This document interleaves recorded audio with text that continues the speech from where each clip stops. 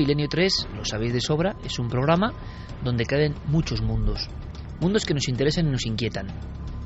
Y tuvimos, voy a contar el pequeño secreto, una discusión, ¿verdad, Santi?, entre tú y yo. Cierto. En la redacción. Santi decía que no se debía contar quizá del todo después de el programa tan durísimo que tuvimos la semana pasada. Durísimo, pero creo que honesto. Y yo estaba convencido de que había que contarlo. Al final he salido ganando. Como siempre. ¿Qué ocurre? ¿Por qué creo que esto es importante? Porque hay una serie de conspiraciones, hay una serie de elementos que vertebran el mundo que quizá no sean las que aparecen en las publicaciones especializadas. Nadie se manifiesta por esto, nadie se indigna aparentemente por esto, y son solo grupos como muy sueltos que hacen un documental, que hacen un trabajo. Hablamos de ni más ni menos que el sexo, fuerza y energía vital, cómo se ha ido transformando con el tiempo, cómo se ha mantenido como herramienta fundamental económica de manipulación de las masas evidente. Cualquier publicidad, cualquier elemento para convencer a alguien a todos los niveles suele contener la palabra, el concepto sexo, y siempre ha sido así. Dicen algunos sabios que el hombre que es consciente de su raíz divina, en el aspecto, no hablo de religiones nunca, hablo de esa conexión con lo trascendente, tiene que pelear contra el instinto, lo denso, lo que nos clava al suelo. Por otro lado, hay muchas mentes que parece que piensan que tenemos que estar sometidos a esa condición un poco de borregos, de gran manada. El sexo sería, por tanto, como otros elementos, un factor fundamental para mantenernos a raya, entretenidos, sometidos a nuestros impulsos más primarios. Uno se pregunta, ¿el hombre no tiene que trascender? ¿El auténtico hombre que busca, como en el viaje del héroe, su propio conocimiento, no tiene que enfrentarse, el hombre y la mujer, repito, es ser humano, no tiene que enfrentarse a todo eso? Quizá me sale la palabra hombre porque la pornografía, el sexo en su aspecto, vamos a decir, más comercializado, más estereotipado, siempre ha sido su mercado, ¿no? ¿Qué hay de verdad? Yo he visto noticias. He visto que en los titulares esas noticias aparecen constantemente. Al mismo tiempo veo que, y lo entiendo, las personas protestan por muchas cosas. Por esto no. Parece que no hay preocupación. Cuando uno lee historias como niños que tienen ya síndrome por estar sometidos a la visión de porno duro durante horas, lo que va a ocurrir en esa mente, que nadie hace nada, que yo no sé qué se puede hacer, que igual es nada, no lo sé, pero uno se pregunta, ¿eso no va a ser un mal legado para nuestro futuro? ¿Dónde queda el afecto, el amor, la comprensión? Que por supuesto tiene que estar también. Parece que en el último lugar, que importa otra cosa, que esa cosa se nos mete por todas partes, a martillo, constantemente. Y entonces, como sin mucha atención, en tabloides de todo el mundo, ves que pasan cosas, pero nadie hace caso. Quizá, al ver esas cosas, he pensado, es el momento de que Santi dé algunas claves realmente aterradoras. Noticias, Carmen, 3 y 12 como estas, tan claras como estas, reales, ¿eh? Pues sí, un niño de 12 años ha violado a una pequeña de 9 tras ver pornografía casi compulsivamente. Esto ha ocurrido en Londres en junio de 2012. Se ha juzgado al niño, no se le ha puesto ninguna pena no carcelaria porque es un menor de edad, pero sí de que estuviera recluido en algún centro. Lo que sí que se ha hecho con él es llevarle a un psicólogo para que trate su obsesión compulsiva, vuelvo a repetir, por el porno. 12 años. 12 años. Estaba todo el día bajándose películas porno de internet hasta que cometió una violación contra una niña de tan solo 9. En Italia se produce la misma noticia. Él dijo además que estaba imitando lo que había visto en internet. En Italia, estamos hablando de países, creo que del mismo nivel, incluso mayor económicamente en ocasiones como el Reino Unido, otro niño de 10 años viola a otra niña después y confiesa que está una semana entera en su casa. Ahora de inmediato el público dirá, no, es que son los padres los que tienen que... Sí, todo lo que queráis. Pero algo está ocurriendo. El porno siempre ha existido y seguramente tiene su función. Y todos hemos sido jóvenes, adolescentes, y no estamos hablando de que algo ha cambiado en el juego. ¿Es muy normal que un niño de 10 años tenga acceso con un clic a material que en ocasiones no es simplemente sexo, sinceramente, sino algo tan aberrante o denigrante, por ejemplo, con la mujer, ¿Es normal que eso le llegue al cerebro? ¿Su relación con las mujeres va a ser normal si realmente se le suministra con el poder y la pulsión que tiene eso, ese contenido libremente? Todo el mundo, mi impresión personal, que puede no ser la acertada, se lava las manos, se hacen muchas normas, muchas leyes, pero si se toca esto no, que tenemos que ser libres. Bueno, libres y por un adulto sí. No, si ya hay suficientes reglas. ¿Reglas? Si están pasando estos casos, ¿por qué todo el mundo mira para otro lado? ¿Estamos tocando algo sacrosanto, por tanto? Es momento de Santiago Camacho. ¿Por qué? Porque él, en una serie que va a dar mucho que hablar, quizá nos cuente claves que están de fondo y que nunca escuchamos en los medios.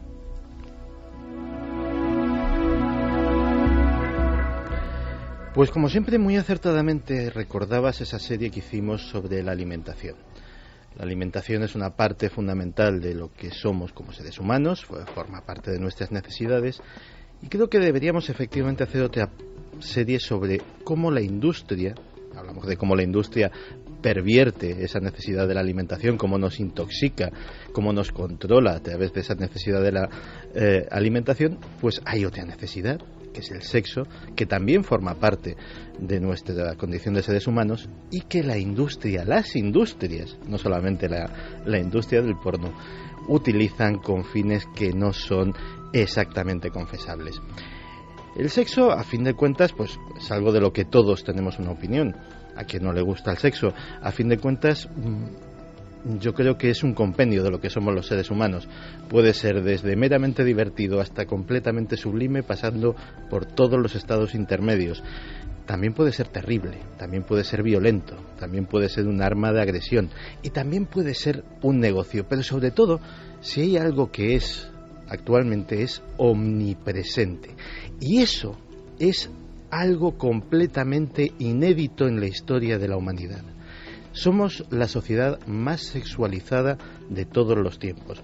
Tampoco hay que volver a la época en la que, por ejemplo, la Iglesia controlaba el sexo, controlaba lo que pensábamos sobre el sexo y también, a su modo, por negación, quería ejercer un control sobre los seres humanos a través del sexo. Pero ahora mismo la situación es la contraria y vamos a analizar en una serie de reportajes por qué es así. Si comunicamos a los accionistas. Vivimos en una época en la que los que ya tenemos cierta edad recordamos lo que era la pornografía hace 30 años. Hace 30 años la pornografía era una cosa que se vendía en unas revistas retractiladas, que había que acudir a unos cines determinados para ver, o a la trastienda de un videoclub, o aventurarse en un mundo muy sórdido que era el de los sex shop de entonces, que era una cosa absolutamente para unas minorías de gente muy interesada en el tema. Pero ahora mismo no, ahora mismo es algo cotidiano, es algo que, como muy bien has dicho, tenemos a 2 clics de ratón. Vamos, lo primero, a analizar las cifras del negocio, para hacernos una idea de lo que estamos hablando. La pornografía es el segundo negocio de entretenimiento que hay actualmente en volumen de capital, solamente por detrás de los videojuegos y muy por encima del cine, muy por encima de la música.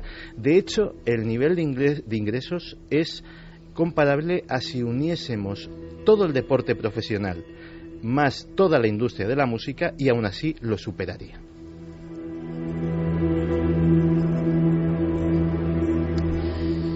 En cifras de 2005, es decir, que son las últimas que he podido hallar, estaríamos hablando de 57.000 millones de dólares anuales en volumen de negocio. Ahora mismo posiblemente esa cifra se haya doblado o puede que más.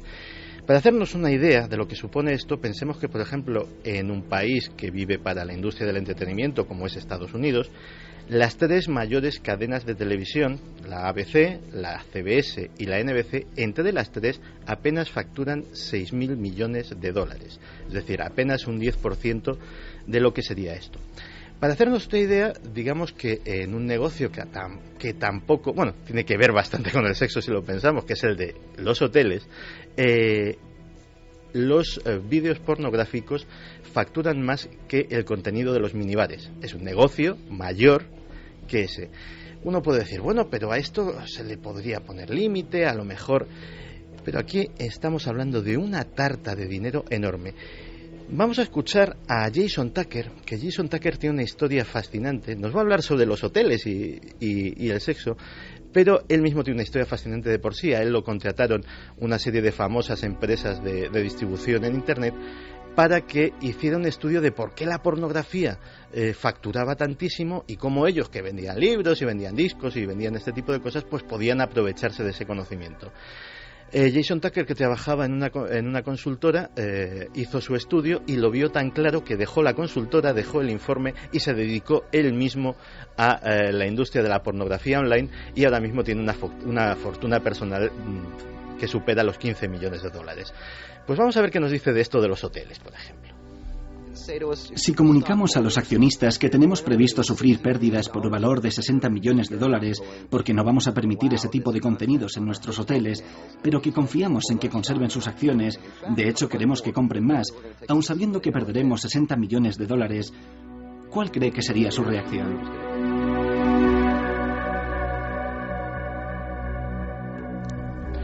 Pues su reacción evidentemente sería vale, o sea, si se trata de ganar dinero, pues ahí lo dejamos. ¿Qué es lo que ha cambiado? ¿Qué es lo que nos ha traído de este mundo de miles y miles de millones de dólares a aquel mundo de las revistas envueltas en plastiquito? Internet. Si antes hablábamos de que es la segunda industria de entretenimiento mundial, si nos circunscribimos solo a Internet, el porno es la primera industria. El porno en Internet es lo que más dinero genera en la red, más que cualquier otra cosa. El segundo negocio online más importante es el del juego. Es decir, tampoco es nada de lo que podríamos pensar como un contenido tradicional. El tercero es más terrible. El tercero es la pornografía infantil.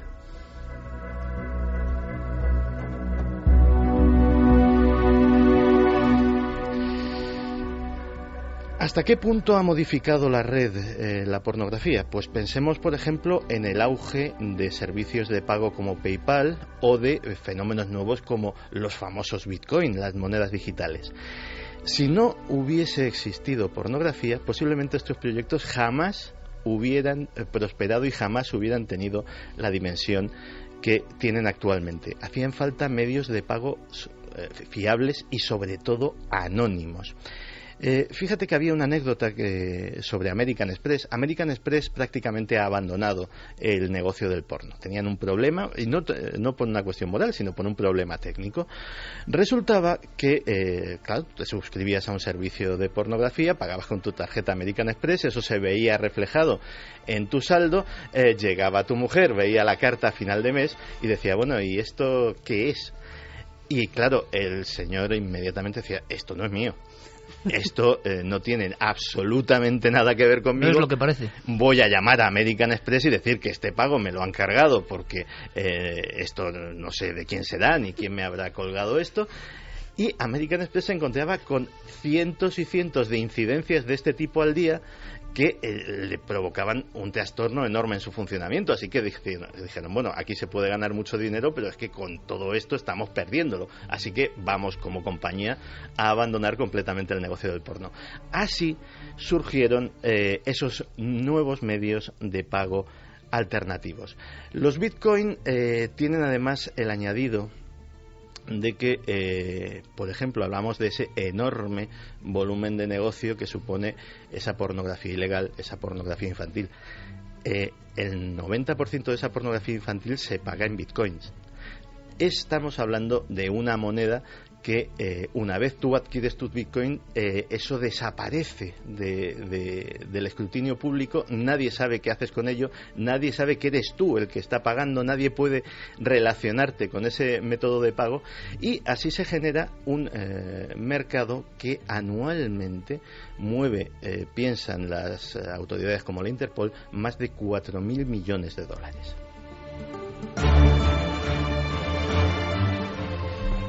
No solamente ha modificado Internet en cuanto a sus costumbres o a sus medios de pago, es que lo ha modificado físicamente. Los pop-ups, esos anuncios que de repente estás viendo un vídeo en cualquier sitio y de repente te sale el anuncio y te fastidia, o quieres ver una noticia en el periódico y antes de leer la noticia pues tienes que leerte un anuncio de un patrocinador. Eso nació en el mundo del porno y se desarrolló para el mundo del porno. Si ahora mismo tenemos servicios de vídeo casi en tiempo real y en streaming, es porque la industria del porno hizo esa investigación, se gastó ese dinero y desarrolló esos sistemas de streaming. Pero hay en eso también un lado oscuro. Se habla de que, por ejemplo, cuando hablamos de la Deep Web, cuando hablamos de los hackers, cuando hemos hablado de piratas informáticos, hablamos de que millones de ordenadores en todo el mundo están cautivos, se utilizan para ataques informáticos, se utilizan para delitos informáticos, se extrae información de ellos para perjudicar a sus dueños a través de troyanos. El 95% de los troyanos han entrado a través de páginas de porno online.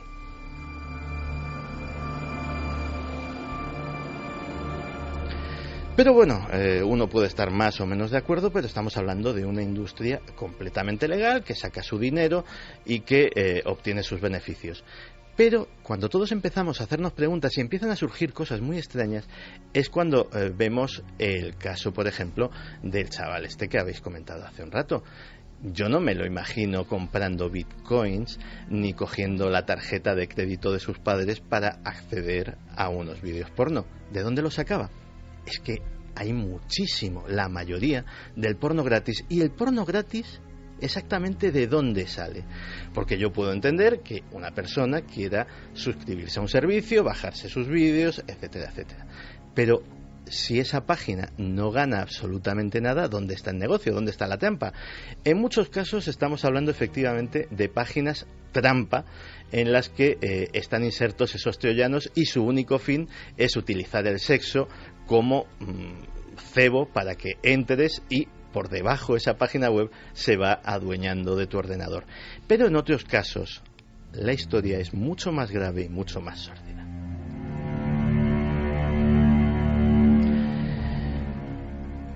Algunos de estos servicios de porno gratuito lo que hacen simplemente es, como pasa con las películas de cine convencional, piratean, copian sin permiso películas de empresas que tienen su fin de ganar dinero y ellos las explotan como, pues utilizando la publicidad. Pero aún así, algunos ingresos millonarios de estas páginas no se acaban de explicar. Tirando del hilo, algunos investigadores han descubierto que algunas páginas web de porno gratuito están conectadas ni más ni menos que con las mismas redes delictivas que utilizan a mujeres para lo que se llama la trata de blancas, es decir, trafican ilegalmente con mujeres para tenerlas de esclavas sexuales dedicadas a la prostitución. ¿Con qué fin? ¿Qué les interesa de esas páginas web pornográficas a estas mafias de la prostitución? Pues la prostitución sobre todo a nivel de esclavas sexuales, a nivel de trata de blancas, genera, antes hablábamos de cifras millonarias, pues la Interpol cree que genera alrededor de 52.000 millones de dólares anuales. El problema es que aquí estamos hablando de dinero negro, de dinero que hay que blanquear. ¿Cómo se blanquea aquí? Muy sencillo, yo tengo una página de este tipo y puedo adjudicarme los clics y los ingresos por publicidad prácticamente que me dé la gana. Una vez tengo esos ingresos por publicidad de esos vídeos pornográficos, ese dinero está completamente libre. Pero igual que sucede con el tráfico de drogas, aquí sucede un fenómeno también muy curioso. Cuando vemos una redada de drogas, pues vemos que hay unos señores que son los traficantes, que en muchos casos pues son casi yonkis que están para pagar su vicio, y cuando vemos vamos subiendo el escalafón, pues aparecen las mansiones, aparecen los inversores, aparecen los ingenieros financieros, aparecen los grandes ideólogos. En el tema de la prostitución ilegal sucede exactamente lo mismo. Cuando hay una redada en un club de alterne, pues vemos a las pobres chicas traídas ilegalmente al país, vemos a unos tipos de aspecto patibulario que parece ser que son sus carceleros y no vemos más.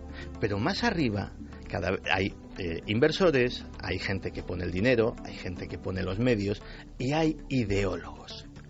Esos ideólogos también piensan que eligen esa forma para blanquear el dinero porque están haciendo ni más ni menos que marketing.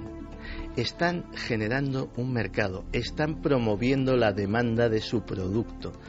ellos, lógicamente, para ellos es publicidad, y como tal publicidad la tienen que poner completamente gratis. Si quieren que sus chicas, que les cuesta muchísimo dinero traerlas de África, de los países del este, etcétera, etcétera, mantenerlas aquí, rindan beneficios, hace falta una clientela que sea adicta a esos servicios. Y qué mejor forma de publicidad que generar pornografía online constante y fácilmente accesible. Y ahora Santi hablará de algo que es tremendo, que es cómo ha subido en el escalafón de adicciones este tema, que es sorprendente. Pues sí, efectivamente es un tema bastante grave. Para que nos hagamos una idea, las organizaciones como Alcohólicos Anónimos, etcétera, etcétera, que se dedican al tratamiento tanto a nivel de ONGs como de centros privados o de centros de salud pública de las adicciones, han experimentado un fenómeno curioso. Las adicciones al sexo digital, es decir, no una adicción al sexo normal, ni siquiera una adicción a los servicios de la prostitución o lo que puede ser una... No, la adicción al sexo digital concretamente es posiblemente la adicción que más está subiendo actualmente. Y uno con estas cosas de las nuevas adicciones pues puede pensar, bueno, adicción, a fin de cuentas no es una sustancia, no es una droga que te metes en el brazo, no es algo ni que snifas, ni que fumas, ni que te tomas en forma de pastilla. ¿Cómo se puede tener adicción a eso? Pues vamos a escuchar a Doris Vincent, que es una terapeuta que lleva muchos años trabajando con este tema y que nos va a dar un dato que nos lo va a aclarar de una forma meridiana. Internet es el crack de la adicción al sexo. La recompensa de dopamina en el organismo es muy fuerte. La persona juega con sustancias químicas muy peligrosas en su cerebro. Sustancias en el cerebro, dopamina. Claro, los seres humanos somos maquinitas biológicas muy complejas, pero que en algunos procesos somos muy sencillos. Tendemos al mayor placer con el mínimo esfuerzo. Lo que nos desencadena la mayor descarga de dopamina, que es una endorfina, es una sustancia que genera nuestro propio sistema endocrino, que en el fondo es un opiáceo y que como tal genera adicción. Buscamos la mayor descarga de esa sustancia al menor gasto energético posible. Y el sexo por Internet es ideal para eso. Hasta el punto de que, por ejemplo, en países como Japón tiene la mayor industria sexual del planeta. No solamente a nivel de producción de material pornográfico, sino de establecimientos donde solamente se dedica a uno a ver ese tipo de material y tiene elementos para la masturbación perfectamente accesibles, etcétera, etcétera, o juguetes sexuales, pues tiene esa tremenda industria sexual y es posiblemente el país del mundo donde menos sexo se practica. ¿Por qué? Por la famosa dopamina. Tal es la atracción de esa adicción que el esfuerzo que te genera tener sexo real con una pareja real ya no te compensa. Es decir, la pornografía termina siendo más sexy que el sexo, por hacer una frase más o menos ocurrente, y llegas y caes en una especie de espiral de adicción. Como en todas las adicciones, y la de la dopamina, la de la pornografía, la dopamina es, por ejemplo, exactamente la misma sustancia que entra en juego en casos como la ludopatía, que es una adicción perfectamente reconocida por todos. Pues como todas las sustancias tiene una cosa que es, yo creo que el fantasma de todos los adictos, la tolerancia. Cuanto más expuesto estás a la sustancia, menos efecto te hace y más dosis necesitas. En el caso de la pornografía, cuanto más expuesto estás al estímulo, necesitas un estímulo mayor. Cada vez y eso hay expertos y hasta expertos en marketing de la pornografía que lo saben perfectamente, los géneros que cada vez van teniendo más éxito son los que podríamos calificar de más extremos, los géneros en los que hay violencia implícita, en los que hay prácticas sadomasoquistas, los géneros en los que cada vez el nivel de desviación de la norma es mayor y finalmente se llega a una frontera. Y esa frontera es la legalidad. Cuando se atraviesa esa frontera solo queda una cosa: la pornografía infantil.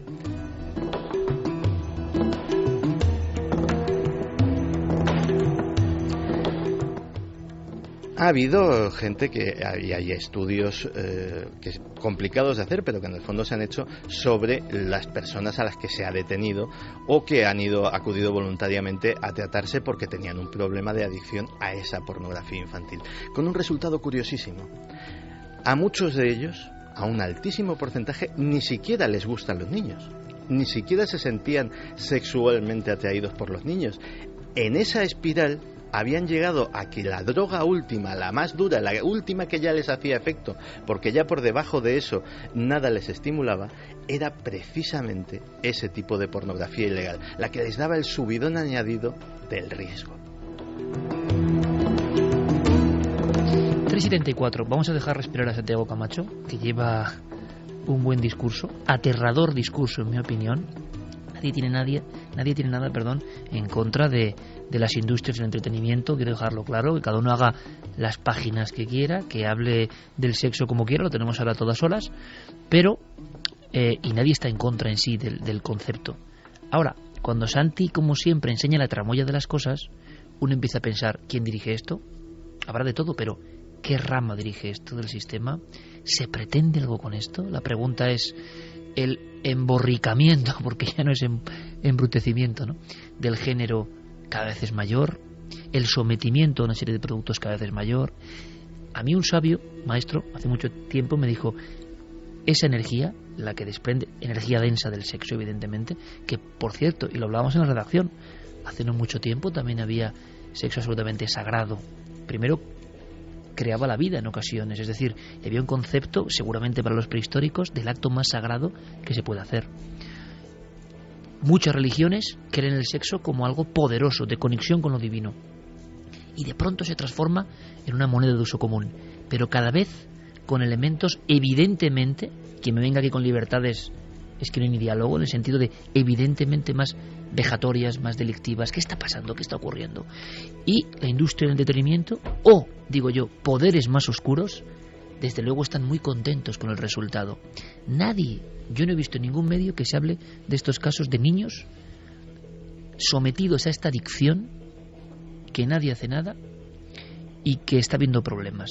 Sí que hay asociaciones que intentan, bueno, pero no hay mucho ruido. Es curioso, como en todos los grandes temas enigmáticos de verdad, no es JFK, ni la luna, ni no sé qué, ni los ETs, lagartos, ni nada de eso. Es otra cosa que está llegando al sistema como una idea muy poderosa, fluyendo de una forma tremenda en las mentes, siendo compartida como si no pasara nada. Yo no sé qué hay, pero hay elementos muy sospechosos, tremendamente sospechosos. Quizá utilizar algo muy sagrado, muy real, muy auténtico, seguramente muy vital y muy maravilloso, para otras conductas, ¿no?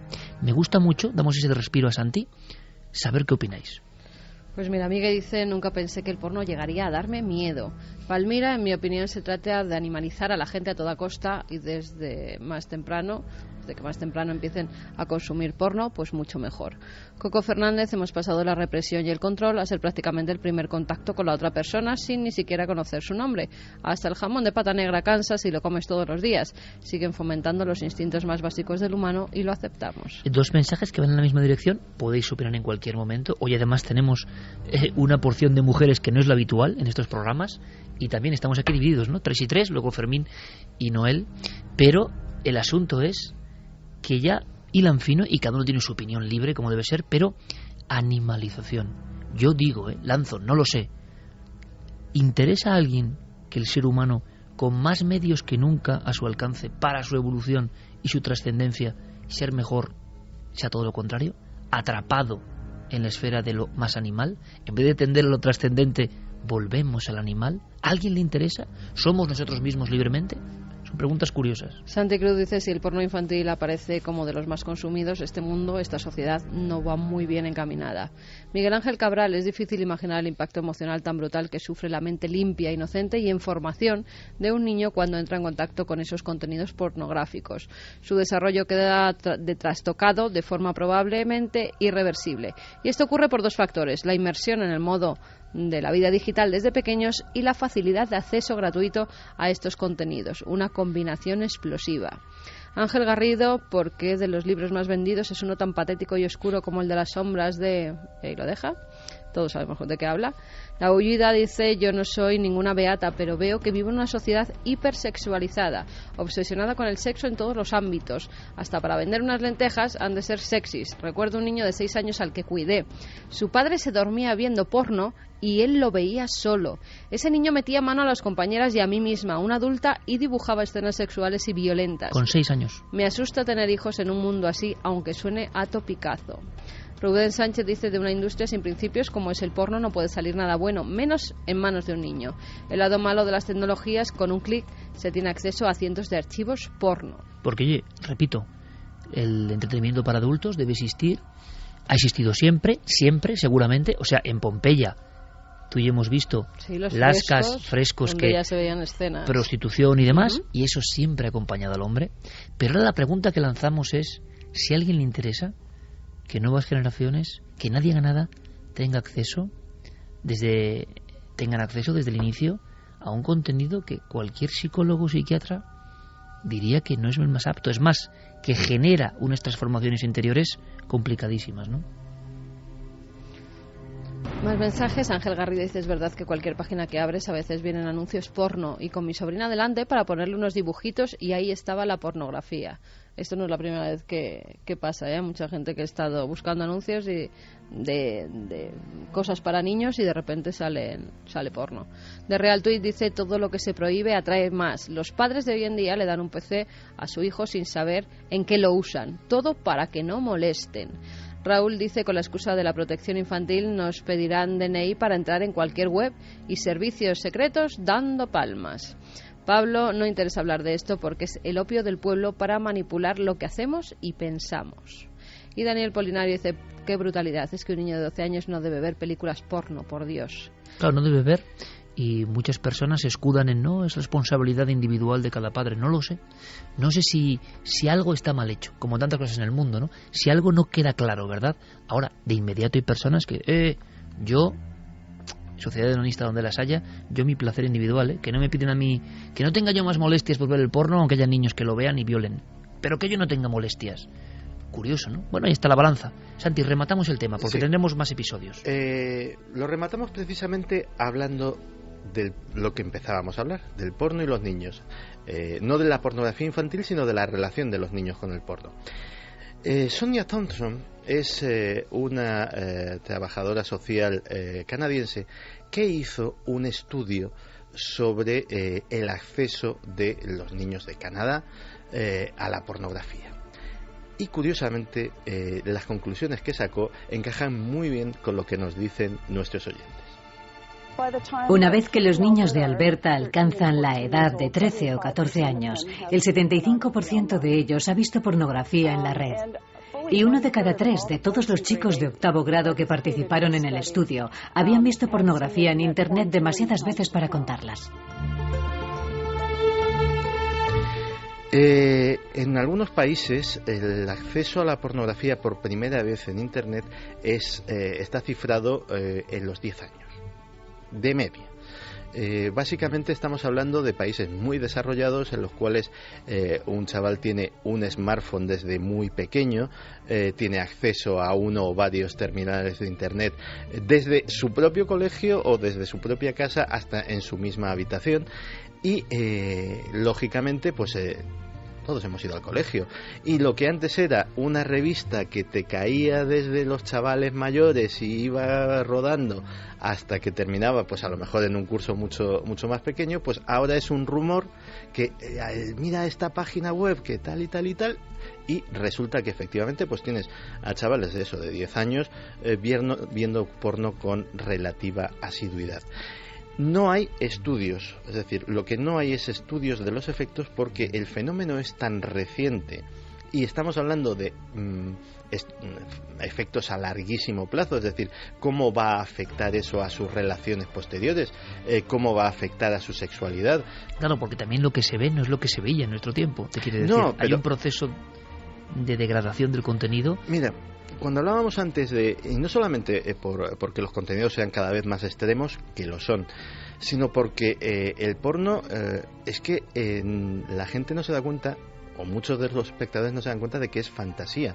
El porno tiene una capacidad absolutamente de darte insatisfacción sobre tu vida sexual real.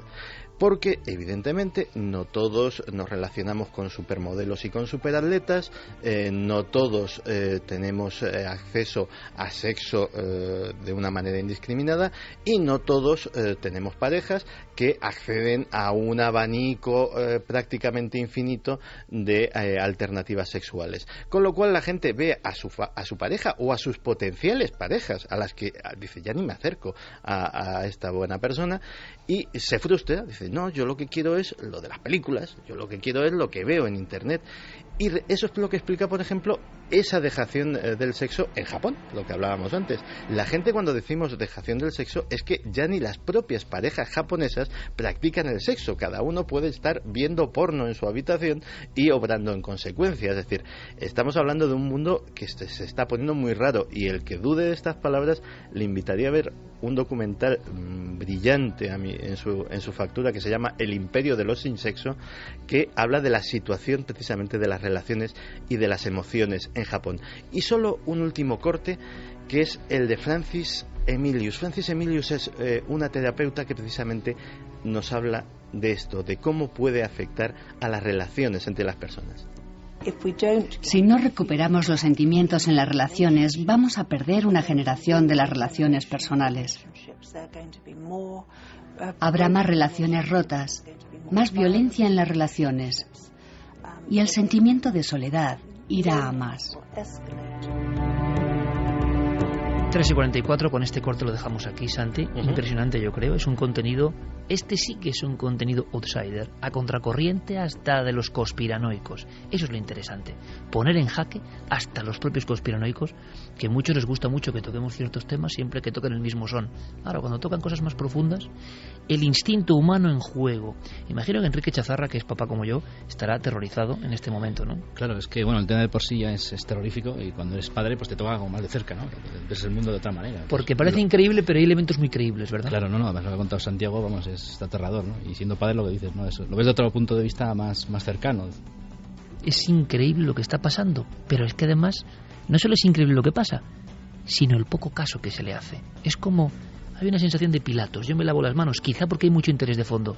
Nosotros, sin ningún temor, vamos a contar con Santiago Camacho estos episodios, este libro nunca escrito, nunca radiado, de un tema tan importante. Hablamos de la alimentación.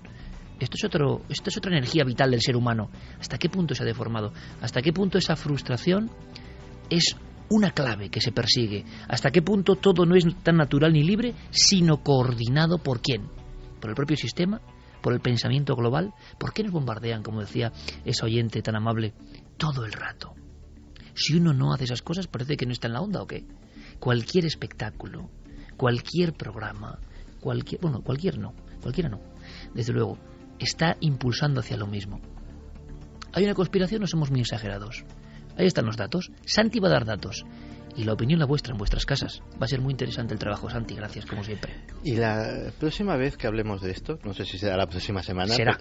Bueno, hablaremos de algo mucho más insidioso, porque a fin de cuentas la industria del porno le da sexo a los que quieren sexo, pero otras industrias utilizan el sexo no para venderte sexo, sino para venderte muchas otras cosas y manipular tu cerebro de muchas otras maneras. Bueno, son como esas revistas científicas que van de revistas científicas y siempre sacan sexo en la portada a ver si venden. Es un elemento curioso, ¿no? Misterio. Me gustaría comentar una cosa, aparte de lo aterrador que es todo lo que está contando Santi, me gustaría... Porque es muy hondo y muy real, ¿verdad? Es que son las pulsiones del ser humano, y cuando te tocan las pulsiones todo se cobra una dimensión mucho más fuerte, ¿no?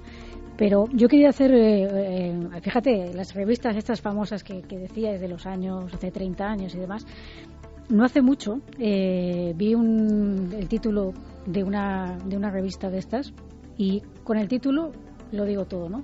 Se llamaba Edad Legal. Sí. Edad Legal. Bueno, y eso es una tontería comparado con lo que contaba, sí, los elementos que hay indiscriminados, pero, ¿no? Claro, eso con una foto de una joven así, aniñada. O sea, es como los datos que ha dado Santi de pornografía infantil son tremendos, ¿eh? Y eso ya es un delito. Seguiremos. Yo sé que el tema tiene debate, ¿verdad que tiene debate? Pues os invitamos a ese debate libremente, incluso para decir, yo no estoy de acuerdo. por supuesto, pero son, vamos a llamarlo, conspiraciones de fondo, no anecdóticas ni mucho menos. Teníamos una sorpresa con un compañero que está malo en la cama, griposo, que habrá escuchado... Pero escuchándonos, que muy nos atento, lo hace saber porque muy está atento. escribiendo. Bueno, Javi, pues esto va por ti, compañero, Lo escuchamos rápidamente. ¿Será Javier Pérez Campos uno de los nuestros? Buenas madrugadas. Identifíquese, por favor. Javier Pérez Campos. Javi, ¿me escuchas? Sí, estoy por aquí, cuéntame. Joder. Dime, Javi, repite. Joder. Yo estoy bastante mosqueado. Entre toda la mitología... Lo que yo voy a hacer es levantarme un momento. Un dato más. Y Javi, ¿tú cuántos años tienes? 17. Al final lo importante es perseguir el sueño de uno mismo. ¿Eligió usted al misterio o el misterio le eligió a usted? Yo creo que el misterio me eligió a mí, lo tengo clarísimo, aunque yo me dejé llevar y al final ha sido una unión mutua. ¿En qué ocasión lo ha sentido más cerca? Pues en Belchite, que fue donde viví mi bautismo de fuego con el misterio. Era un momento clave, un momento crucial, pues en mi mente, donde yo me estaba debatiendo un poco y lo que yo viví ahí fue algo tan especial y tan espectacular que lejos de sentir miedo fue casi como una comunión, un segundo bautismo. ¿Cuál es su enigma predilecto? Pues mi enigma predilecto es el que tiene que ver sobre todo con las visiones daimónicas y también con algo que me fascina, ¿no? Y es si un lugar puede quedar marcado. Indíqueme un lugar mágico al que siempre querría volver. En Escocia, muy cerca de Edimburgo, de la ciudad de Edimburgo, había un paraje natural que a mí me dejó fascinado. Estuve unos minutos a solas allí y es un sitio al que no he regresado, pero que muchas veces cuando estoy hasta arriba de cosas pienso en él casi como una evasión y estoy convencido de que tarde o temprano volveré allí. ¿Y un lugar al que jamás regresaría? Mira, por razones prácticas, al subsuelo de Sabadell, a las alcantarillas de Sabadell. Hace tiempo hicimos un reportaje de un supuesto monstruo que había nacido en ese alcantarillado y bajamos, el equipo de Cuarto Milenio bajó hasta allí para ver qué se sentía, ¿no? En el supuesto epicentro del misterio. Sería ese, porque por los gases y el olor que había fue bastante desagradable. ¿Somos producto del azar y la evolución o hay algo más? Estoy convencido de que hay algo más. ¿Qué hay más allá de la muerte? No sé si llamarlo vida sería lo suyo, pero estoy convencido de que hay esperanza y de que hay un nuevo viaje al que todos nos enfrentaremos y que desde luego tenemos que mantener esa esperanza. ¿Teme la llegada de ese momento? Totalmente, yo creo que es uno de mis principales miedos. ¿Supersticioso? No, nada supersticioso. Ha escrito 3 libros en poco tiempo. ¿Son ciertos los rumores de que usa a Jaime Villaseñor como negro? Sí, en realidad yo tracé una estrecha relación con Jaime Villaseñor y es una persona a la que admiro aunque no nos hemos conocido personalmente. ¿Se declara usted fan de Stephen King? ¿Para cuándo el salto a la narrativa de ficción? Bueno, yo creo que para dar ese salto, eso sí que es un salto infinito y hay que estar muy preparado para eso, y te confieso también que otro de mis miedos es ese, dar el salto a la narrativa. Yo creo que llegará el momento en el que una historia me pedirá que la cuente, si es que tiene que ser así, y ese será el salto. Hablando de Stephen King, ¿se ha sentido alguna vez como Paul Sheldon? Sí, y como Misery quizá también. Es usted el más joven del equipo. Me pregunto hasta qué punto le afectaron al principio las críticas. Nada, es decir, siempre he tenido muy claro que desde el momento en el que tú haces público tu trabajo, la gente tiene todo el derecho a criticar, y desde que la crítica es gratuita, cualquiera puede abrir la boca. Así que yo asumo, acepto las críticas y también además aprendo de ellas, que no todo el mundo lo hace. ¿Cómo recuerda su debut en Milenio 3 con 17 años en el directo desde Puerto Llano? Como un momento mágico y muy especial, porque de pronto me vi sentado en una mesa rodeado de gente a la que yo admiraba profundamente, y no solo ese momento, sino unos minutos después de salir a la palestra, cuando un hombre de seguridad vino a mí y me dijo: Javier Pérez Campos, acompáñame por favor, y me llevó al camerino con Iker Jiménez y Carmen Porter, y ese fue uno de los momentos que a mí me impulsaron también, que me dieron mucha fuerza para seguir confiando en mi trabajo. ¿Ha llegado a sentirse encasillado como el chico de los aislamientos? No. Bueno, muchas veces me preguntan si yo soy becario del programa y si me mandan allí por hacerme la puñeta. Y lo que tiene gracia, y yo creo que este es un secreto que desvelamos ahora, es que muchas veces soy yo el que propone ir a los sitios y quedarse en total soledad. Y luego generalmente me arrepiento cuando estoy allí. ¿Cuántos desilusionadores se ha encontrado en estos años? Muchísimos, tanto desilusionadores profesionales como otros que lo hacían sin querer, ¿no? Pero al final he salido airoso de todos ellos. Algunos me los encontré en la facultad. El primer día de clase nos dijeron: abandonad llenad este aula y haced algo provechoso con vuestra vida. Pues yo me alegro profundamente de haber seguido mi instinto. ¿En qué cree Javier Pérez Campos? Creo en lo que hago, que no es poco, y creo también en los testigos, por ejemplo, cuando te cuentan algo. Creo que para ellos es auténtico lo que te están contando, y creo, desde luego, que hay algo más que no podemos explicar, que está ahí y que se manifiesta cuando y como quiere, tiene sus propias leyes. Si piensa en su infancia, la imagen que aparece en su memoria es... Pues mira, con mi padre viniendo de Ciudad Real a Madrid, paseando cerca del Palacio de Linares, contándome algunas de las historias de fantasmas, de psicofonías que decían que se habían captado allí, y yo escuchando alucinado y poniendo la oreja en el muro de ese lugar, de ese edificio. ¿A quién le encantaría haber conocido? A Lardo Prats, sin duda, un auténtico maestro que ha sido fundador de una palabra que me gusta utilizar y que nos gusta en el equipo, que es el alardismo, ¿no? ¿A qué tiene miedo? Pues aparte de a Diego Marañón, tengo miedo a encontrarme directamente con el mal, porque estoy convencido de que existe, está libre por las calles, lo vemos a diario en los telediarios,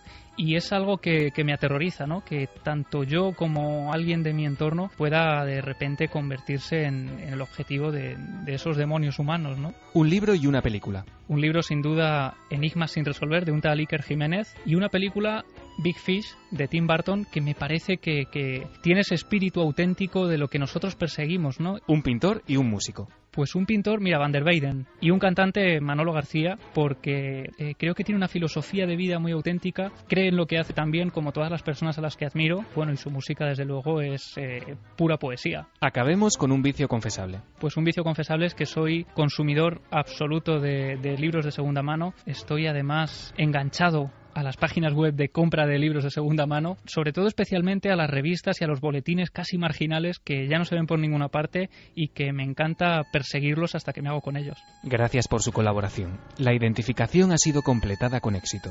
Desde este momento puede considerarse, de forma oficial y por méritos propios, uno de los nuestros. Hola, Iker y compañía. Somos Nico y Belén. Nos escribimos desde Toro, en la provincia de Zamora. Nos gustaría saber si se ha descubierto algo más sobre los priones, qué son exactamente y si se ha logrado sintetizarlos. Pregúntaselo a Santi Camacho, que seguro que está al día en este tema. Tengo mucha curiosidad, ya que el programa que hiciste sobre el Kuro fue uno de los que más me gustó y me dio mucho miedo la posibilidad de poder usar priones como armas de muerte selectiva. Os mandamos un fuerte abrazo a todo el equipo y os invitamos a que vengáis a Toro e investiguéis los misterios de esta ciudad tan antigua y con tanta historia sobre sus espaldas. Un saludo, Nicolás Fernández y Belén Bermejo. Qué gran tierra, llena de misterios también. Santi no va a poder contestar porque en este momento Dani Mateo le está pasando un brownie que es... Por favor, comer, que hemos traído muchas cosas. Es uranio enriquecido ese brownie, o sea, es sí, de una densidad máxima. Esto te conecta a todas las dimensiones. Por eso nos han traído aquí intendencia nuestros amigos. Digo, Santi no sé si va a poder responder, pero en el fondo la historia es terrorífica de verdad, la de los priones, ¿eh? La historia de los priones es terrorífica, entre otras cosas, porque realmente la ciencia a día de hoy no tiene muy claro lo que son. Exacto. Es decir, estamos hablando de cosas que pueden infectar como un virus, pero que no llegan ni siquiera a esa protovida primitiva que son los virus, pero que sin embargo pueden provocar enfermedades patógenas. Nadie sabe si están vivos o muertos. Nadie sabe si es vida, efectivamente. Es algo que no es vida, pero que puede infectar y puede provocar enfermedades. Y desgraciadamente nuestro oyente tenía razón. Una de las posibilidades que se está intentando explotar en el caso de los priones es su potencial como agente de armamento no cabía biológico. Duda, ¿no? Es más, hay quien sospecha que muchas enfermedades causadas por priones, en el fondo ha habido, sospecha, no podemos decir nada más, experimentos que han salido mal, ¿no? Sí, podría, de hecho se ha barajado la posibilidad. Y luego también, otra cosa que hablamos en su tiempo aquí en Milenio T es, lógicamente, los manejos de cierta industria alimenticia, en este caso de la industria ganadera, de aquellos piensos en el que a la vaca se le daba de comer vaca y ese canibalismo llevado generación tras generación terminaba provocando que algo que era improbable, que era que hubiese una enfermedad priónica, como sucedía con los caníbales humanos. Exacto, Kuru. El kuru venía precisamente de la ingesta de cerebros humanos por parte de determinadas tribus primitivas, y así esa acumulación de priones terminaba provocando una enfermedad. Decía este amigo de Toro, estos amigos de Toro decían que les había impresionado el programa del kuru, y es que es tremendo, porque morían con una risa, la risa de la muerte. Había unas convulsiones que provocaban risa, y el kuru se convirtió en una especie de maldición en caso de priones caníbales. Hay que imaginar la escena, porque todavía tenían el rito, como decía antes Clara Taoces, de comer el cerebro de otros, y ahí se empieza a descubrir esa enfermedad. Otras siguen siendo un misterio todavía hoy, el ébola. Y por cierto, lo hablaremos la semana que viene, pero ¿sabíais que por ejemplo en Nueva York ha habido episodios hace bien poco de peste bubónica? La peste negra, y que en lugares de Europa desarrollada ha habido peste negra, esa misma peste que generaba miedo, ritos, hogueras, piras, demonios, ángeles. Bueno, pues de eso hablaremos la semana que viene, pero están investigando ahora mismo nuevos brotes. Sorprendente. Más preguntas. Buenas noches, amigos de Milenio 3, soy Óscar de Madrid y os quería preguntar sobre el caso Palomares y el campamento Wilson. En septiembre visité la zona y descubrí que hay una parcela colindante a viviendas en medio del pueblo, vallada y con advertencias sobre la radiactividad. Tras verlo investigué y me surgieron algunas preguntas. ¿Existe algún riesgo para la salud, aunque sea mínimo? ¿Quedó la zona completamente limpia de contenidos radiactivos? ¿Tenemos un cementerio nuclear en España no reconocido oficialmente? ¿Hay algún indicio de que exista una quinta bomba no encontrada? Muchas gracias, amigos. 12 minutos, la historia de Palomares. Hay varios libros de verdad imprescindibles. Uno, por cierto, de la duquesa de Medina Sidonia, que es para leerlo como reportaje de una mujer valiente en aquellos años cuando se mete ahí a investigar esas bombas atómicas caídas sobre España en la operación Broken Arrow. Solo podemos decir una cosa. Nuestro compañero Paco Pérez Caballero está investigando una serie de cosas, las vamos a contar y yo creo que daremos respuesta. Tenemos que tener los análisis, pero estamos trabajando en ello, en saber qué ocurrió realmente en Palomares, qué fue de aquel campamento, que es el primer campamento de investigación de desarrollo nuclear sobre una población que existe en el mundo, el campamento Wilson. Después de la Segunda Guerra Mundial hay un accidente aéreo, se tapó prácticamente todo en la época del franquismo, hay que decirlo, y la información sigue saliendo hoy un poco maldita con cuentagotas, porque da mucho miedo, pero daremos información. Y por cierto, hablando de Paco Pérez Caballero, nuestra bendición milenaria, porque precisamente en este instante tenemos un nuevo miembro en la familia. Su hijo Mateo, a las 2:40 Mira, de Mateo. la mañana. Sí. La buena abunda. Felicidades, espero ir al bautizo. Esperamos ir todos, Paquito, ¿eh? Cuida mucho a esa mamá que estará como loca ahora con su niño entre los brazos. Elena Miñambres, nuestra compañera y amiga, pues lo mejor. Y hablábamos, bueno, que os sirvan las palabras del principio del doctor Gurian de este programa, ¿no? Porque yo creo que los niños es lo más maravilloso y al cercano final a lo divino que hay. También bendiciones milenarias también para otro Mateo. ¿Ah, sí? Sí, va la noche de Mateos. Venga. Parece una serendipia de estas. Continuamos. Me llamo Pablo, llamo desde Zaragoza y me gustaría saber qué ha pasado con aquellos supuestos pelos del Yeti, hallados creo que en el Himalaya, no sé si me equivoco, que iban a ser sometidos a pruebas de ADN. Me gustaría saber qué ha pasado con ellos o si al final ha quedado en agua de borrajas. Muchas gracias por el programa y gracias por hacernos felices. Buenas noches. Gracias a vosotros. Es que yo, no sé si se refiere a los que trajo Jesús Calleja. Los del oso. Pero claro, que eran de esa zona. Trajo unos que creo que todavía no han analizado. Claro, o se refiere a los de la doctora Ketchum en Estados Unidos, que creo que no. Sí, se refiere a eso, sí. Bueno, ¿cómo está el estado de la cuestión? En realidad, los últimos resultados que han salido en referencia al estudio de ADN de Yeti salieron en septiembre de este año, hace unos meses, por la Universidad de Oxford, y ellos lo que dijeron era que se trataba de un híbrido entre oso pardo y oso polar. Y esa es toda la respuesta que dieron. En realidad decían que esos pelos en concreto que ellos habían conseguido localizar eran de esta clase de oso híbrido, pero que aún así los investigadores de la Universidad de Oxford no descartaban la posibilidad de la existencia de este Yeti, de este mítico hombre de las nieves.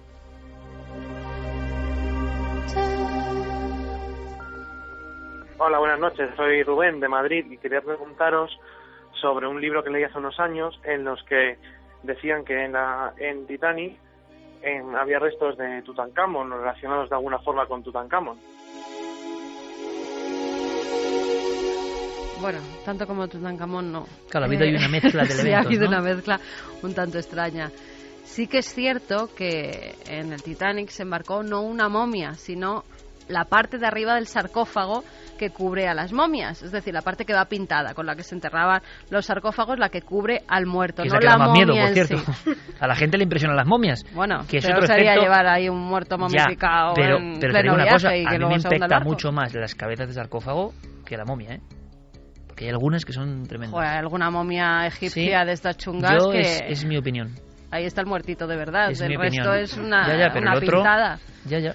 El caso es que sí, eso, la parte de arriba del sarcófago sí que iba en el Titanic y se supo cuando este se hundió.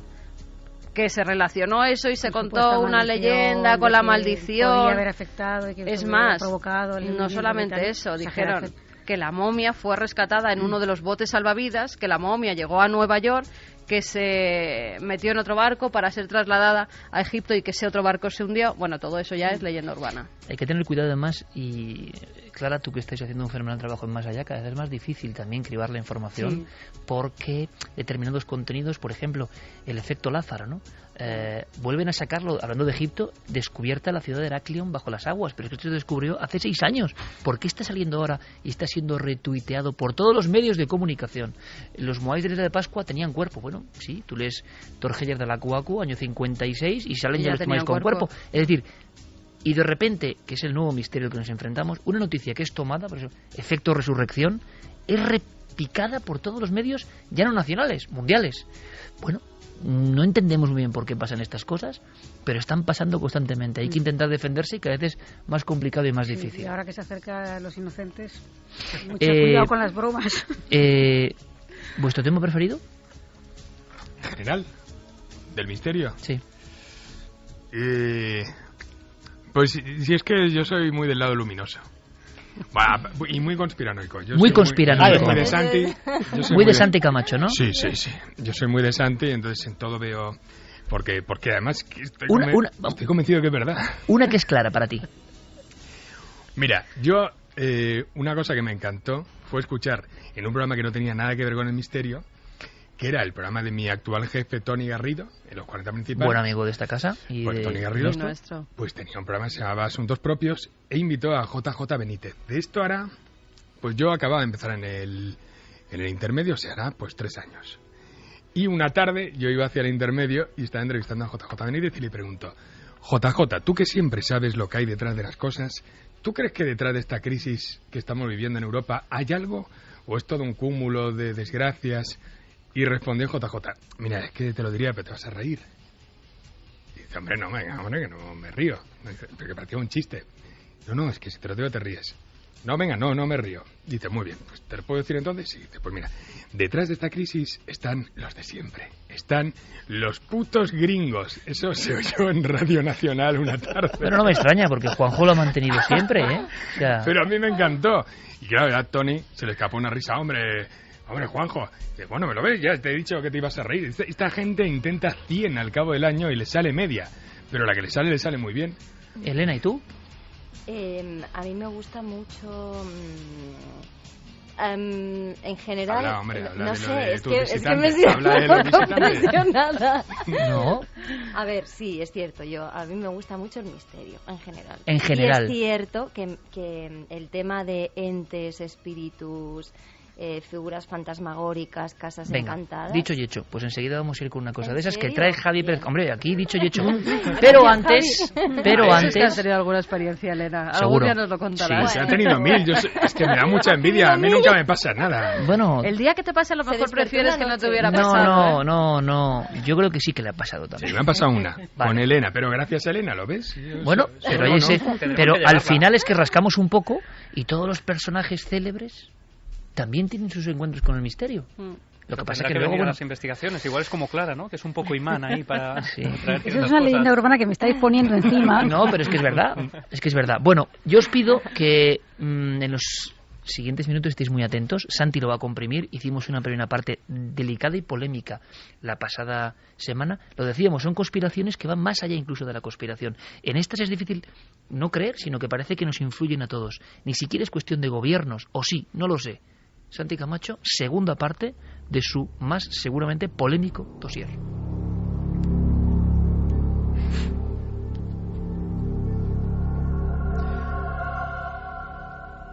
Pues como te decía en la introducción del programa, la semana pasada centramos nuestra atención en la industria del porno, en la industria del sexo, y tal vez nos cebamos en la parte más evidente, nos centramos en lo más llamativo, en lo que a todo el mundo pues obviamente le llama la atención, la adicción al porno, la trata de blancas, todo este tipo de cosas.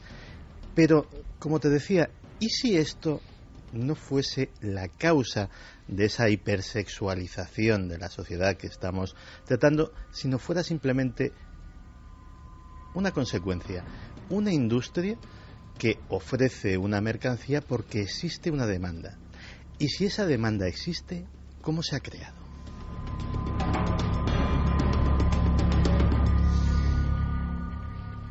La semana pasada, y sé que muchos oyentes hicieron caso a mi recomendación, recomendé un documental que me llamó muchísimo la atención, que era El Imperio de los Sin Sexo, que trata de la curiosa relación con el sexo que tienen actualmente los ciudadanos japoneses, un país donde hay una inmensa industria sexual y donde paradójicamente se practica el sexo menos que en ningún otro lugar del planeta. Así que hoy me he animado y voy a hacer un par de recomendaciones más. Hay películas, el buen cine siempre lo hace, que marcan el signo de los tiempos, que nos señalan dónde estamos y qué hacemos.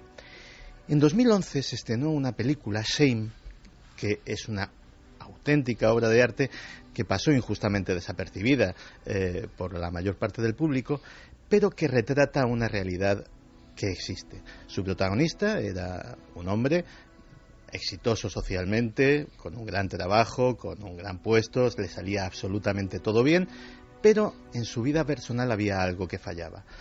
Tenía una adicción al sexo, relaciones rápidas, promiscuidad, masturbación, pornografía, y era absolutamente incapaz de retener una relación, era absolutamente incapaz de conectar emotivamente con alguien. Y todo eso le generaba una tremenda frustración, una tremenda vergüenza, que es lo que da título a la película, y en cierto sentido se sentía estafado, como que alguien le había vendido un estilo de vida que él había seguido y que ya no podía apartarse de él. ¿Quién se lo había vendido?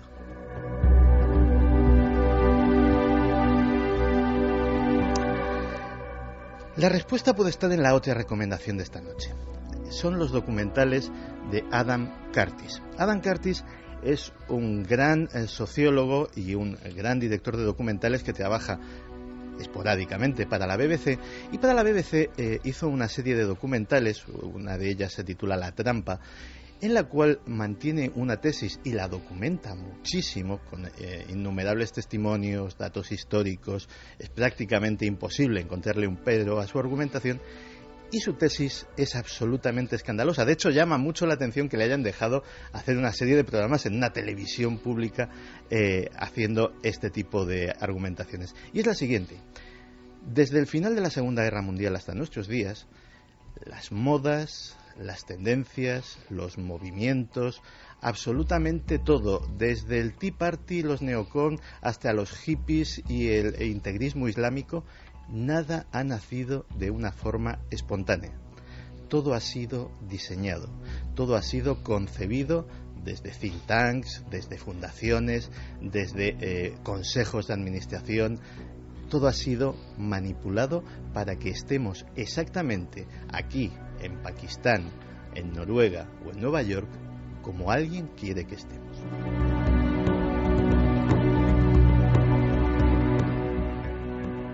Y en esa pieza, en la pieza que nos corresponde a los occidentales, el mercado del sexo tenía un valor fundamental. ¿Por qué? Porque básicamente le conviene a todo el mundo. Por un lado, le conviene a los intereses económicos. El sexo vende, eso lo sabemos absolutamente todos. Pero además, le conviene a determinados poderes políticos. El sexo no solo vende, sino que distrae mucho, distrae muchísimo. Todo empezó, según la argumentación de Adam Curtis, con un individuo que se llamaba Edward Bernays. Edward Bernays vivía en Nueva York, fue posiblemente el padre de las relaciones públicas y tenía un curioso parentesco, era sobrino de Sigmund Freud. Y a él se le ocurrió una idea absolutamente revolucionaria, una idea que le hizo ganar mucho dinero y que fue el nacimiento de la publicidad y las relaciones públicas tal como las conocemos actualmente. Su idea era la siguiente: ¿y si cogemos todo lo que ha escrito mi tío, todos sus conocimientos sobre la mente humana, sobre la influencia del sexo en la psique y en los intereses del ser humano, y lo aplicamos comercialmente? No como hacíamos hasta ahora, de sacar a una señorita en bañador para anunciar un linimento, sino de una manera científica, procurando manipular la mente de los consumidores. Y a eso se dedicó. De hecho, uno de sus primeros retos se lo planteó la industria tabaquera norteamericana. Estamos hablando de fechas muy tempranas, estamos hablando de los años 20. Y la industria tabaquera norteamericana tenía un problema. Estaban vendiendo muchísimo, pero necesitaban vender más. Es la cosa del capitalismo, siempre hay que vender más. ¿Y a quién le podemos vender más? A Edward Bernays se le ocurrió automáticamente la idea: a las mujeres. Hay que venderle tabaco a las mujeres. ¿Y cómo lo hacemos? Pues vamos a recurrir al manual de mi tío. Vamos a convertir el cigarrillo en un signo de poder fálico. Vamos a hacerlas, a convencerles a las mujeres de que, apropiándose de los cigarrillos, se apropian de alguna forma del poder del hombre. Hizo una campaña que se llamaba Las Antorchas de la Libertad, en la cual había manifestaciones de mujeres organizadas por él y pagadas por él, que se vendían en los medios como manifestaciones espontáneas, en la que a las mujeres se las convencía de que fumar era precisamente el último avance, el último paso en la revolución que les llevaría a la liberación del macho opresor.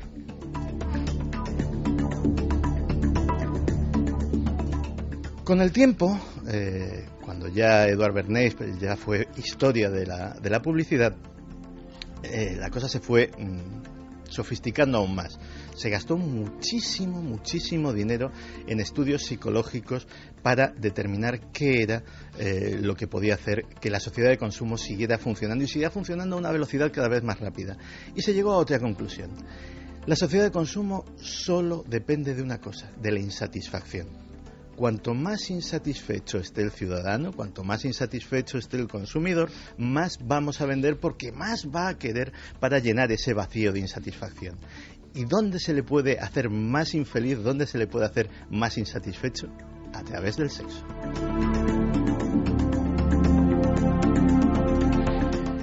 Porque no nos engañemos, la publicidad que tiene contenidos sexuales no está para hacernos más felices, está para hacernos más infelices. Está para hacernos más infelices porque el modelo, y de ahí viene la palabra, es un personaje ideal que no es algo a lo que tenemos que aspirar, sino que está ahí para señalarnos lo absolutamente ingrata, mediocre y gris que es nuestra vida. Para señalarnos que nuestra pareja no es como la chica del vestido de noche con la que él va en el deportivo. Para señalarnos que nuestro cuerpo no es el cuerpo de gimnasio que tiene él. Para señalarles a ellas que no van a estar jamás tan buenas como la señora del anuncio. Y eso genera frustraciones, y esas frustraciones se acaban pagando en caja.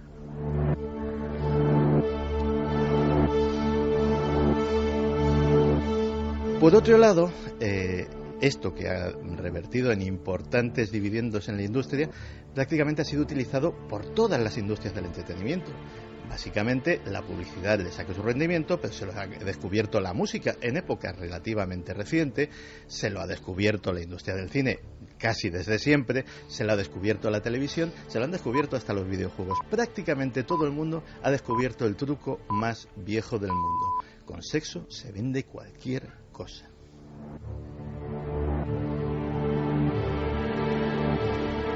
Pero a su vez, esto socialmente tiene otra aplicación, que es lo que se denomina, lo que Noam Chomsky, otro gran estudioso de la comunicación, denominaba la estrategia de la distracción. Y es que un elemento primordial del control social consiste en desviar la atención del público el mayor tiempo posible de las cosas fundamentales y centrarla en las accesorias. Cuanto más tiempo estés pensando en lo malísima que es tu vida sexual y en que realmente pues tienes que acceder a más parejas, más atractivas, etcétera, etcétera, pues mucho menos estarás preocupado de tu gobierno, de tus impuestos, de tus problemas, etcétera, etcétera.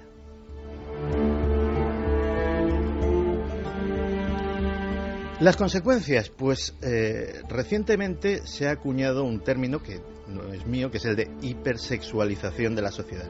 Lo acuñó una sexóloga canadiense, Jocelyn Roberts. ¿Para qué? Para describir un fenómeno que está empezando a preocupar en casi todo el mundo.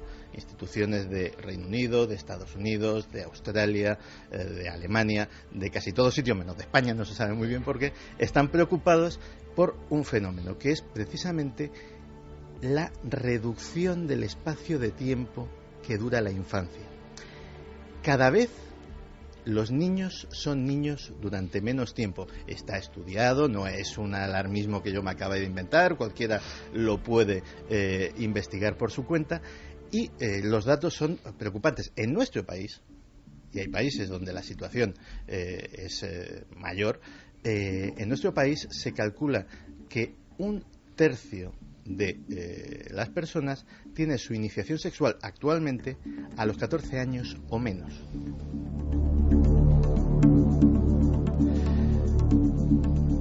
Por otro lado, preocupa mucho que lo que podría ser, y algunos lo están, brutales. Y las personas no somos conscientes de cómo somos a veces títeres gobernados. ¿Por quién exactamente? ¿Son personas concretas? ¿Es el sistema el que ya funciona así? ¿De dónde nos lleva ese sistema? Claro, son preguntas demasiado incómodas hasta para los más conspiranoicos, porque estas entran de lleno en lo que consideramos que es nuestra libertad, lo que hemos logrado, qué estamos haciendo, hacia dónde va la especie humana. Bueno, hay diferentes teorías. Algunos piensan que la evolución proseguirá hacia un ser más espiritual, más conectado con lo que importa, más sensible. Sin embargo, lo que observamos, se puede hacer una media, el hombre es más sensible, como es lógico, tendría que ser así, o más evolucionado, o no. Hay algunas películas que en tono de humor le dejan a uno boquiabierto. Hablan de involución, constante involución. ¿Será cierto? A veces hay que preguntarse estas cosas, quizá en mitad de la madrugada, ¿no? Porque lo que es seguro es que muchos medios no se van a contar. Esto no interesa a casi nadie de los que manejan la historia en la que estamos todos metidos. En fin, reflexiones, yo no sé qué opina nuestro público, siempre Santi con el dedo en la llaga. Yo tengo que decirlo, el tema es interesante, porque para algunos meterse con eso es algo sagrado, no se puede hacer, como con otras muchas cosas. Y sin embargo nos da la sensación de que allí están las auténticas batallas mentales de fondo, los auténticos programas de lavado de cerebro de fondo. Y nosotros, Santi, seguiremos avanzando, porque aquí, de momento, y espero que durante mucho tiempo, como ha sido siempre, tenemos libertad. ¿Qué dice el público? Pues mira, Montaña Sánchez dice: sexualizan hasta los anuncios de productos para lavar los platos. Yo me pregunto, ¿es necesario? Beatriz dice que la clave de la sociedad de consumo es la insatisfacción. Amén, nos crean necesidades artificiales, hay que vender. Miguel López: a mí esta forma de manipular a la gente me acojona, más si cabe escuchando a Santi con esa claridad meridiana. Sam dice que Nave del Misterio y Santi Camacho que somos mejor que el porno. Fritango con la segunda parte del dossier de Santi Camacho: estoy alucinando aún más que la semana pasada. Miguel Ángel dice que también es anticamachero, como Dani Mateo, no me extraña. Y que el relato de JJ que es genial. Nos hablaban también de eso que has dicho de la peste, y es que Lucía Pinacio dice: nuevos brotes de peste justo cuando sale el libro de Dan Brown sobre la peste. ¡Qué casualidad! Fuller: me he quedado todo loco de que la vía podría ser un holograma. Bueno, de eso hablaremos también, y hablaremos en breve sobre todas las investigaciones un poco complicadas, ¿no? La vida en holograma. Pero lo dijo Calderón de la Barca, sí, sin ciencia hace muchísimo tiempo. Y el universo, otro holograma, ¿no? Y el universo finito de exacto. Porque parece ser que hay fin. Yo os invito... Y mundos paralelos de otra vida además después de esta. También lo ha dicho la ciencia. Mañana tenemos un programa impactante con muchas cosas que están pasando en España, pero con cosas, siempre nuestra idea es que sean esperanzadoras, ¿no? En el fondo, aunque sea el tema más sombrío, que tengamos luz para investigar, para saber. Como ahora vamos con un caso de Javi Pérez Campos que está ocurriendo, ha ocurrido, y que es otra cara del misterio. Pero os digo una cosa, y lo contaremos yo creo que en un par de semanas. El doctor Gaona, que es uno de esos, lo hablábamos fuera, uno de esos científicos que da el paso y que de pronto se encuentra con que todo lo que creía que no existía, vaya, existe, está haciendo unos experimentos sobre la mente y la materia. ¿Os acordáis del proyecto de conciencia global? ¿Cómo afecta la mente a la materia? ¿O cómo afecta lo que todos nosotros pensemos a algo concreto? Bueno, pues eso llevado casi al cubo. Y antes de escuchar ese caso de Javi Pérez Campos, permitidme daros las gracias porque ayer los principales portales de televisión sacaban la noticia, el informe del año de Twitter, y después del fútbol y de los compañeros de Punto Pelota. El fútbol sabemos lo que arrastra y nos parece genial, practicamos todavía. Tú. Yo, del equipo yo, sí. Bueno, y Fermín. Y Geray, pero Geray es que se ha dejado un poco, ya no viene con nosotros, esos torneos terribles, volverá el gran Geray, el arte gaditano en la cancha, pero nos hemos quedado impresionados, hay que decirlo, y hay que agradecerlo, ¿no? A tanta gente. Lo decía yo antes de nuestro compañero y amigo Dani Mateo, de bueno, pues el cable que nos ha echado muchas veces, del trabajo de Anaís, a la que mandamos, a Anaís Pascual, un abrazo grandísimo de todo este equipo, que también es tu familia, un abrazo, pues a Carlos, a Guillermo, a Diego, a todos los que están, a Sergio, en la red, ¿no? Y resulta que ese informe tan aséptico, pero para nosotros es importante, ¿no? Es el inconsciente colectivo un poco ahora, para bien, para mal, criticando, hablando, pero sin dejar indiferente. Resulta que el programa a la cabeza también es Cuarto Milenio, ¿no? Pues nos sorprende mucho y os damos las gracias. El primer informe, digamos, de Twitter del 2013 sobre televisión. Gracias a todos los que en la red habláis de nosotros, incluso para criticarnos, incluso porque no os gusta nada, lo que queráis, pero escuchando. Y os lo agradecemos muchísimo. Para un programa tan pequeño como puede ser Cuarto Milenio, en un late night, bueno, pues es una sorpresa gigantesca. A lo mejor es que somos muchos más de los que creemos, ¿no? Y que nos interesan estas cosas. Y a lo mejor, como decía Bunbury, estamos despertando. No sé hacia dónde, pero desde luego nos emociona mucho esta noticia. Así que gracias a toda la gente de las redes sociales, de Twitter en concreto, que habéis convertido pues a Cuarto Milenio en ese hito, ¿no? Increíble. Bueno, dicho esto, porque es de lógica ser agradecido, vámonos a ese misterio que nos decía Elena que le encantaba y que es ese misterio puro de lo que puede ocurrir dentro de un domicilio y además con niños de protagonista. Por cierto, Javi, antes de eso, ¿alguna información nueva sobre ese caso que tenías en vivo? No, de momento nada.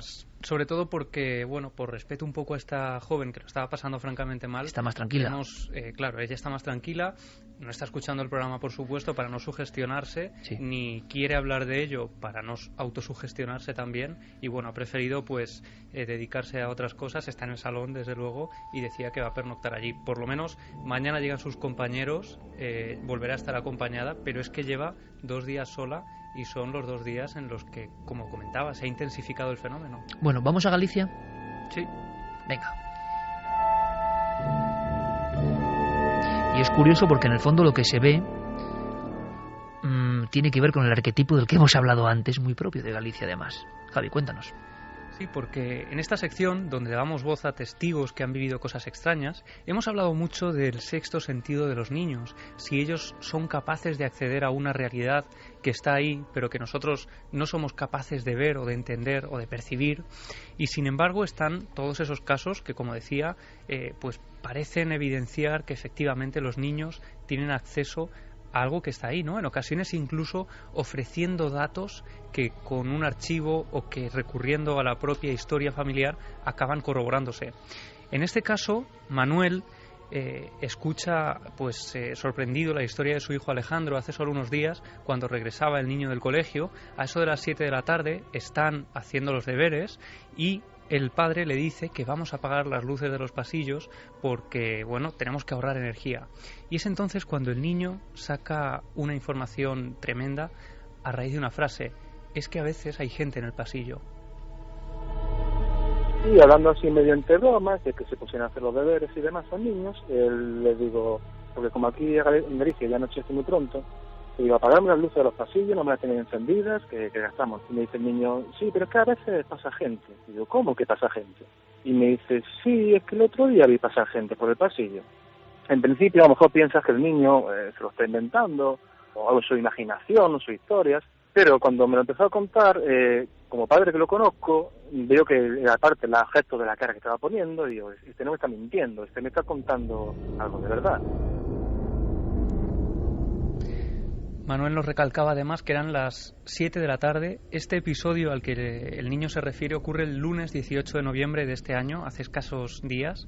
Ocurre a las 7 de la tarde, cuando el niño estaba viendo los dibujos, una hora en la que él no tiene costumbre de dormir. Ha llegado del trabajo, ha hecho sus tareas y se pone a descansar un poco. Es decir, que ocurre en un momento en el que el niño tiene plena lucidez de lo que está ocurriendo a su alrededor. Pero es entonces cuando Manuel empieza a preguntarle y a indagar sobre esta visión. Quiere saber más detalles y le pregunta cómo son estas personas que él vio. Le sigo indagando un poco y me viene a contar, no, estaba a punto de poner la tele para poner los dibujos arriba, y de repente me empiezo a oír un ruido que sale como de un cuarto de baño. El cuarto de baño lo tenemos digamos al lado de la salita y al lado de unas escaleras, y veo que empieza a bajar gente por las escaleras muy despacito.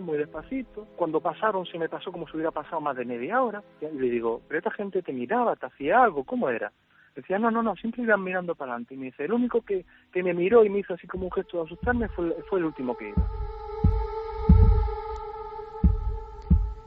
El niño le dice que la última figura que va en esa especie de comitiva, que salen todos del cuarto de baño y empiezan a bajar la escalera en fila india, le hace un gesto como amenazante. El niño dice que como si le molestara que les estuviera mirando, que les estuviera viendo. Y es esa mirada, ese gesto, el que al niño le provoca un auténtico miedo. Lo que ocurre es que además hay algo que les extraña, y es que esta gente parece vestir trajes antiguos, trajes viejos, roídos, trajes como de labranza. Incluso algunos parecen llevar utensilios de labranza. El padre sigue indagando, sigue preguntando, y el niño, como si fuera algo que tiene marcado a fuego en la memoria, sigue hablando, sigue contando cosas con absoluta naturalidad. Dice, no, eran gente de tu edad, eran gente joven, no alrededor de 30 años. Sus ropas eran como ropas envejecidas. Lo más extraño era que, decían, unos llevaban una especie de antorchas y otros llevaban una especie de tridentes, como unas horcas de madera. No me dijo tridente, me decía, hay unos palos con una formación de uno. Y le digo, a ver, dibújamelo, me lo dibuja, y me estaba dibujando una especie de horcas o tridentes. Y decía, oye, ¿cuánta gente era? No sé, yo empecé a contar que eran unos 10 adultos y 5 niños. Yo le decía preguntando, pero vamos a ver, ¿tú reconocías a alguien de los que iban ahí? Y me decía, no, solo reconocía, había una persona que vimos hoy en el supermercado. ¿Yo qué? Sí, es una persona que hoy coincidimos hoy. A mí la primera impresión, lo primero que se me vino a la mente, digo, ¿que el niño ha visto la Santa Compaña?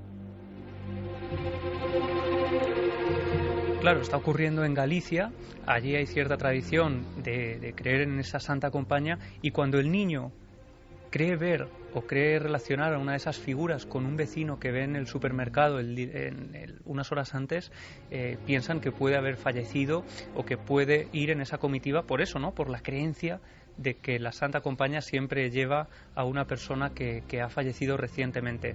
Es una persona que no conocen, con la que no tienen contacto directo, por lo que no han podido tirar del hilo para saber si esta persona pues ha muerto recientemente.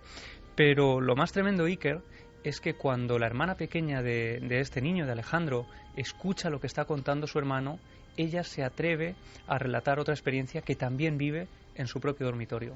Ya cuando empezó a contar esa historia, la hermana me dice, sí, porque yo a veces me he encontrado con que nota que en su habitación hay gente como que se asustó mucho porque de repente vio aparecer a su hermano debajo de la cama, o sea, como asomándose por la cama, y que tenía en la cabeza una herida. ¿Alguna opinión?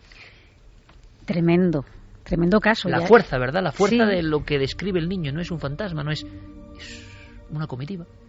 Precisamente por ser niños los protagonistas, para mí este caso tiene mucha más fuerza, porque no están contaminados, ¿no? Es un poco lo que explicaba antes Elena, que nos ha estado comentando y tal, ¿no? Pues un poco unas historias que no vamos a decir aquí, pero sí que en cierta forma eso de de esto no hables, o de esto no existe, es la primera reacción de los padres. En cambio, este padre lo que ha hecho ha sido justo lo contrario, indagar, dejarles hablar, dejarles expresarse y ver qué es lo que pueden haber visto, ¿no? Y estas visiones, vamos a decirlo así, a pleno día, no están durmiendo, no podría ser a lo mejor un terror nocturno, algún tipo de fase hipnagógica o hipnopómpica, ¿no? Que se manifestara antes o en la fase posterior al despertar del sueño. Es decir, a mí me da que puede ser un caso real. ¿Y el cementerio? Sí, que además lo ha dicho como el pasado, ¿no? Lo único que había un camposanto aquí a 100 metros. Sí, pero, ¿no? Pero jolín. Pero sobre todo, primero, esa humildad o esa honestidad que luego puede tener explicación, no lo sabemos, del padre. Es el padre el que está hablando, no está hablando un amigo, es el padre con sus hijos, ¿eh? Bueno, y fíjate, lo comparaba con la Santa Compaña. En este caso, el niño no los ve encapuchados, sino que ve personas que van vestidos con ciertos ropajes, pero siempre, si vamos a la tradición de la Santa Compaña, la última persona de la fila es la que se vuelve para ver al vivo que le está contemplando. Lo que pasa es que la Santa Compañía no suele aparecerse en las casas, o por lo menos no tenemos testimonios o relatos que hablen de Santa Compañía en casas. Sí alrededor de ellas, sí por fuera, sí en los caminos, sí en los bosques, pero sí que es cierto que eso de volverse y mirar al niño fijamente y que le dé miedo es muy propio de los testimonios que hemos recogido muchas veces sobre personas que se han encontrado con esa comitiva de muertos. Me estoy acordando de un caso de una persona importantísima, de gran prestigio, descreída, y que un día dice, es que es increíble, tengo una casa en Galicia, en la Galicia profunda, y como cuando se te resquebrajan los esquemas, ¿no? Estoy mirando a la ventana, estoy leyendo un libro, tranquilamente, no muy tarde, y veo avanzando por el jardín una especie de formas flamígeras. Uno intuye que son personas, pero es una forma casi de llama, que a la vez llevan otra llama en la mano, y la forma de la mano sí que se ve, y van pasando tranquilamente en dirección a un camposanto, ¿no? Aquello le marca de una forma tan fuerte, no ha vuelto a ver nada de ese estilo, pero dice, claro, yo no me voy a engañar a mí mismo, y esa persona no voy a decir quién es, pero yo la entrevisté en su día y había que ver en su rostro esa sensación mitad incredulidad todavía, pero por otro lo han visto mis ojos, ¿no? Y por supuesto no estaba bajo el efecto de ninguna. Y en Galicia, ¿no? Es decir, quizá hay un arquetipo, un sustrato muy antiguo de algo que se presenta de una forma, o a lo que damos forma con nuestra mente, y que ronda por ahí desde hace mucho tiempo, no lo sabemos. Pero desde luego este caso, unos niños, una casa y otra cosa, Javi, hace menos de un mes, ¿no? El misterio, pese a quien pese, sigue con su película produciéndose y apareciéndose. La gente, por fortuna, es valiente, poco a poco, y va contándolo. Pero ¿cuántos casos como este de personas que no se atreven a ser traductores de lo que les pasa a sus hijos? Lo mejor es decir, oye, niño, calla ya y no se te ocurra decir esto. Y no vuelvas. Si no, al psicólogo. Y no vuelvas a decir esto. Y los niños simplemente han contado algo que han visto. De todas formas, para tranquilizar un poco al padre, a los niños suelen tener una edad donde algunos ven amigos imaginarios, ven cosas, y a determinada edad ya parece que ya no pueden contemplar o ya no acceden a ese mundo que la magia de ser un niño pequeño, de no estar contaminado, como decía Clara, por nada, hace que veamos la otra realidad. Eso se va pasando poco a poco, sí, normalmente.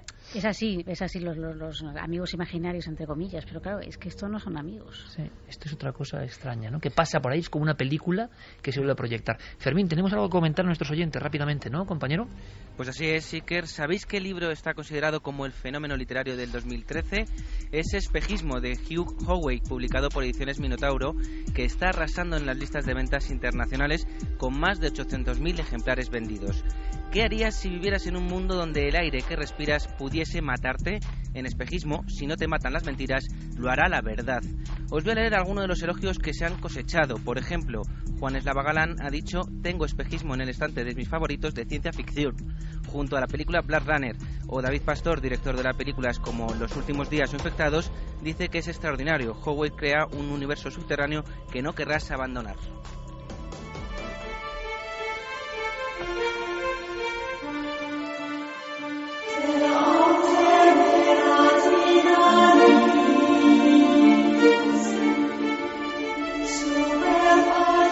Vamos rapidito, que hay muchas menciones milenarias. Vamos a ver, Pascual dice que la verdad es que no sabe muy bien cómo empezar. Lo que sí sabes cómo empezó todo. Hace casi 2 años un predictor dio lugar a 2 palitos y ahí supe que mi vida cambiaba. Que palito más palito era igual a ilusión. Y ahí empezó a crecer Mateo. Siempre quise la bendición de esta nuestra secta milenaria, pero nunca me atreví a pedírosla. Pero esta vez, y debido a que la primera vez... Secta buena, ¿eh?